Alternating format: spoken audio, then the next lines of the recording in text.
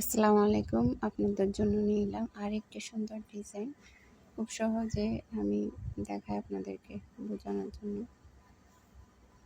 3 ইঞ্চি করে নেবেন, দুই পাশে 3 ইঞ্চি 3 ইঞ্চি করে নেবেন। নেওয়ার পর 2 ভাঁজে 3 ভাঁজ দিবেন। এভাবে 3 ভাঁজ দিয়ে সুই আর সুতা নিয়ে এভাবে বড় বড় করে সেলাই দিবেন। সেলাই দিয়ে নেবেন, নিয়ে এরকম করে টেনে নেবেন। টেনে নেওয়ার পর এভাবে সুতা দিয়ে সুন্দর করে আটকায় নেবেন। ভালো করে টেনে নিয়ে সুতা দিয়ে আটকে নেবেন, যাতে করে লুজ হয়ে না যায়। এভাবে আটকে নেবেন। দেখুন আটকে নেওয়ার পর কত সুন্দর হয়েছে।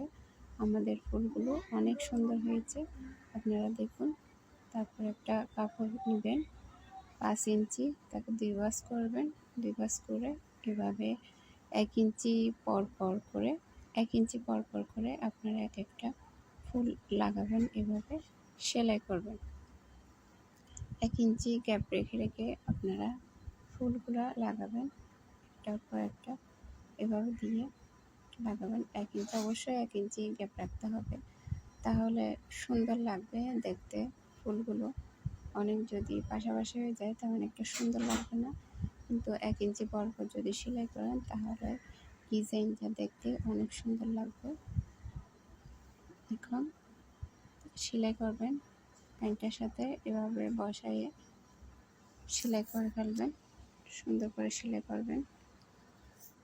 সেলাই করার পর আস্তে করে ভাবে উল্টা ফেলবেন।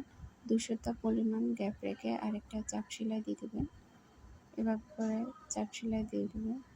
চাপ সেলাই দেখুন অনেক সুন্দর হয়েছে আমাদের ডিজাইনটা। আমরা এখন আরও সুন্দর করার জন্য এই ডিজাইনে আমরা পুঁতি লাগাবো। দেখুন সুন্দর করে পুঁতি লাগা। এক আপু বলছিল ভিডিওটা দেওয়ার জন্য, তাই আপু আপনার জন্য ভিডিওটা দেওয়া হলো। দেখুন আপনার যদি শিখে ইচ্ছে তাহলে শিখে নিতে পারবেন। দেখুন অনেক সুন্দর ডিজাইনটা।